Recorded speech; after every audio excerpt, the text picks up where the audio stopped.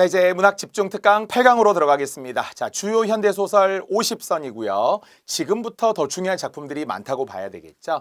과거에는 1900년 초반 그리고 1920년대까지의 작품들도 분명 많이 나왔는데요. 흔히 그런 작품들을 필독서라고 하죠. 중학생이 알아야 할 소설, 고교생이 알아야 할 소설 이렇게 가장 기본적으로 읽어야 할 소설들이라고 전제하고 이미 우리는 다 공부해 둔 겁니다. 다만 이제 30년대 이후 또 정말 최근에는 EBS 같은 작품들을 EBS에 보면 막 70년대, 80년대, 뭐 심지어는 2000년대 낯선 소설들도 많이 시험에 활용되기도 해요. 그래서 주요 작품들을 먼저 해두고 낯선 작품이 나온다면 누구나 조건은 비슷하다라고 생각을 하고 감상할 수 있는 능력을 키우면 좋겠습니다.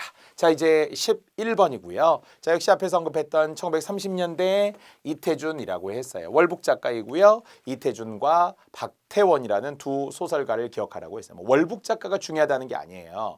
결국 88년도까지는 이들의 주요 작가들의 작품을 공부할 수가 없었어요. 금지를 했기 때문에. 그래서 이제는 88년 이후 일종의 형평성. 그래도 그 시대를 살아가던 분명 중요한 작가들이었는데 기존의 시험에 나올 수 없었기 때문에 앞으로는 좀 안배 차원에서 좀 많이 활용하겠다라고 함으로써 결국 소설가도 시인도 월북 작가들이 해금 작가들의 작품들이 양이 좀 상대적으로 늘었다고 볼 수 있겠죠. 자, 이제 제목의 복덕방은요. 뭐 지금이야 정말 무슨 공인중개사 이래서 되게 전문적인 정말 직업이고 또 그런 분들이 많지만 예전에는 이제 노인분들이 약간 소일거리로 복덕방이라고 차려두고 장기도 두고 바둑도 두고 하면서 막걸리도 드시다가 집도 알아보고 이렇게 했더라라는 거예요. 자, 바로 30년대도 보니까 그런 노인 소외 문제가 있었다라는 거죠.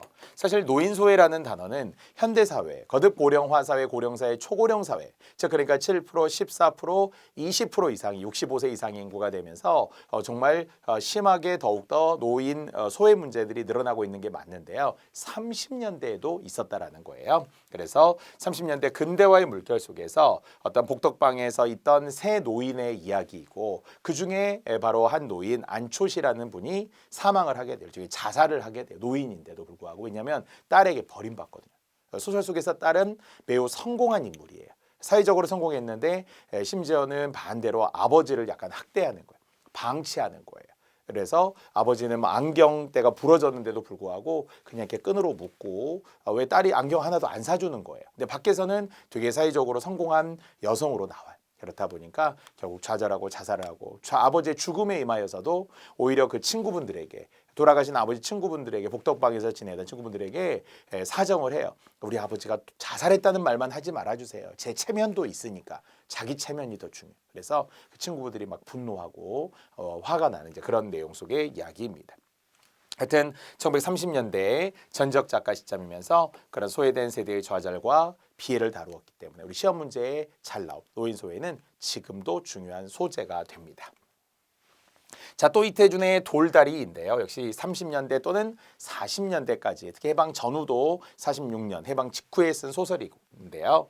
자, 제목 속의 돌다리라 함은 이제 시골에서 어떤 할아버지가 농사를 지으면서 항상 차근차근 한 단계 한 단계 정말 돌을 쌓아가면서 다리를 건너는 것처럼 순리대로 어쩌면 자연에 대한 농촌에 대한 가치, 땀의 가치를 느끼면서 살아가는 아주 훌륭한 농부예요. 그런데 그 아들이 의사가 됐어요. 되게 훌륭하네요. 그래서 공부도 잘하고 그 당시 40년대에도 그런데 이제 지금하고 되게 비슷한데 의사가 된 아들이 개원을 한다고. 그러면 이제 병원을 차리려면 돈이 필요하니까 아버지를 설득하는 거예요. 아버지 이제 땅 파세요. 그 땅 팔아서 저 병원비 좀 대주세요. 그래서 제가 부모님 모시고 살게요. 그러니까 이제 엄마든 옆에서 또 부추기죠. 여보 그럽시다. 우리 아들이 병원 차린다는데. 근데 아버지가 딱 단호하게 거절하는 거예요. 그래, 너 훌륭한 뭐 의사가 돼서 좋다. 하지만 이 땅은 내가 평생 동안 살아왔던 곳이고 그래서 내가 너의 병원을 위해서 땅을 팔고 싶지 않다. 인생은 차근차근 너가 그렇게 하고 싶으면 너 돈 벌어서 조금 늦어도 괜찮으니까 그래서 너가 해라. 이렇게 하자 아들 입장에서 좀 서운하면서도 아버지의 그 땀의 어떤 공간을 인정해주고 이해하는 뭐 그런 이제 내용인데요. 자, 어쨌든 땅의 가치에 대한 인식과 또 자식 입장에서는 그래도 돈이 중요하다고 생각하기 때문에 물질 만능주의라고도 이야기하는데요. 거기에 대한 비판이 있습니다.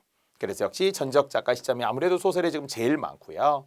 토지의 본래적 가치를 중요하게 여기는 게 아버지고요. 아들은 금전적 가치를 중시합니다. 그런 이제 시대에서의 역시 가치관 사이에서의 어떤 변화, 그래도 그 땀의 가치를 굳게 지키려는 아버지의 모습이 나오는 소설이었습니다.